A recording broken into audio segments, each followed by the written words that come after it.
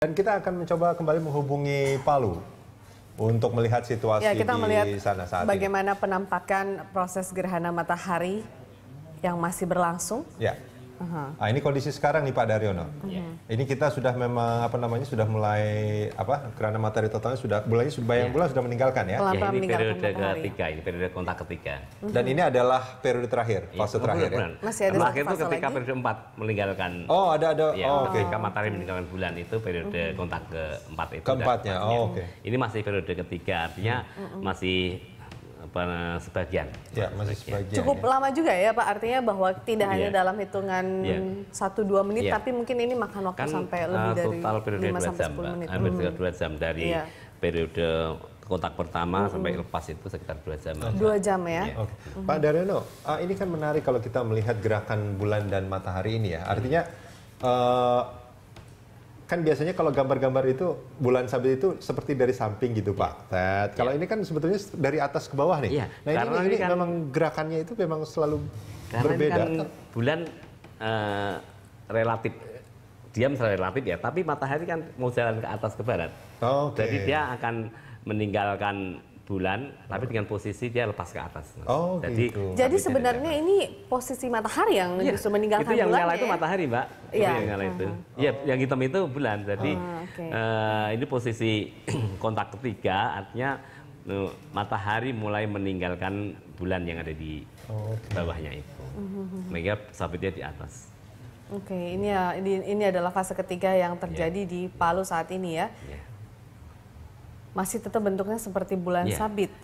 Dan mungkin sekitar jam 8 lebih nanti itu baru dia akan temperatur di sana juga masih sejauh ini sama pada saat terjadi gerhana matahari total tadi begitu ya Pak. Ini gimana nih Mbak ini kok muncul lagi? Nah, itu gambar dari BMKG Pak yang tadi. Jadi lebih clear sebenarnya ya. Kalau kita pakai kamera kita sendiri itulah penampakannya seperti itu. Nah, kalau kita tadi kan mengatakan ada proses pendinginan ya Pak ya di ionosfer itu. Itu dari semenjak gerhana matahari itu mulai, terus sampai dia gerhana matahari total, sampai terus mulai meninggalkan, apakah penurunannya itu sama atau berbeda? Sebenarnya ini konteksnya itu konteks gerhana ya. Sebenarnya masih lebih besar kalau konteks dari siang menuju malam. Tapi ini konteks gerhana yang kita pelajari itu sehingga tidak signifikan. Tidak signifikan ya. Tapi kalaupun kita ingin pelajari pengaruh ionosfer gangguan itu tapi bagi peneliti sangat menarik. Ini ternyata ini ada satu gambar di Ternate. Ya, bagus sekali nih Mbak. Bagusnya tuh gimana sih Pak? Maksudnya karena ini bahwa tapi ini sudah ini posisi bulan matahari sudah mulai meninggalkan, artinya dia sudah mulai ke atas. Nah, tapi ini periode yang saya ceritakan tadi sudah lewat, Mbak.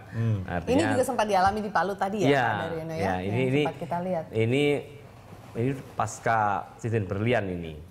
Karena sebenarnya masih ada seperti cahaya yang lebih terang dibandingkan cahaya lain yang ada di situ ya, Pak ya. Tapi kita terlambat ini, Mbak. Sebelum ini, ketika muncul pertama kali itu Manik-Manik Bali, kemudian muncul cincin berlian itu ada di sini. Dan mungkin hanya bisa sangat clear dilihat dengan teropong milik BMKG tadi Pak yang sudah sempat dipresentasikan oleh Aditya. Tapi ini bagus, momen bagus ini Mbak. Berarti Ternate juga sebagus Palu Mbak. Sangat clear bisa kelihatan Dan ini adalah kota terakhir yang paling bagus untuk melihat gerhana matahari ini atau masih akan ada? Adalah Palu. Nanti ke timur itu masuk Samudra Pasifik. Samudra lepas, jadi tidak ada pengamatan. Pak, itu kan BMKG memantau kurang lebih berapa? 12 titik ya? 7 titik. Nah, untuk titik-titik lainnya itu apakah memang sebenarnya bisa kita juga bisa menyaksikan sebenarnya proses gerhana matahari ini, ataukah hanya 12 titik yang memang dipantau oleh BMKG saja? Itu kan berupa garis loh. Cuman kita memilih kota-kota yang potensial karena rame untuk promosi wisata, kemudian kota-kota besar sehingga banyak orangnya. Tapi pulau-pulau kecil yang dilewati juga ada, cuma kita tidak menempatkan dan bisa menyaksikan itu begitu Pak. Pak Daryono, saat ini kita Indonesia bisa menyaksikan gerhana matahari total, paling tidak di 12 kota paling tidak.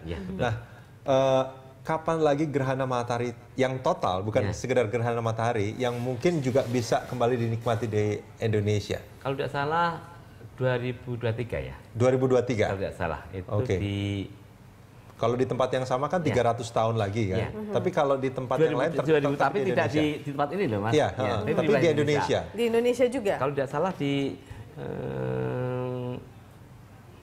Jambi apa di Ternate saya lupa Mas.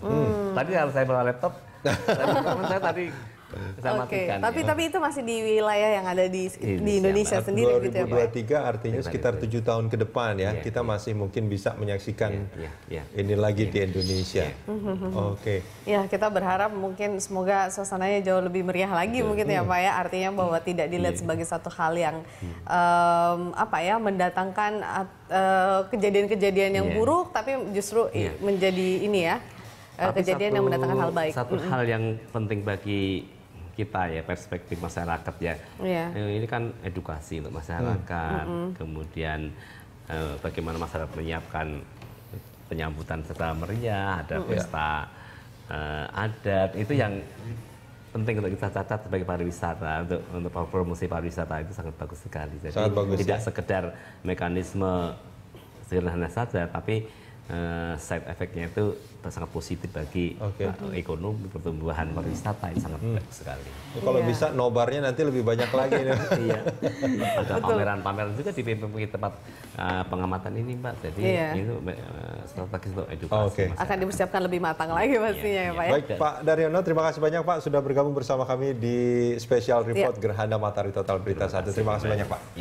Terima kasih Bapak ya atas informasinya.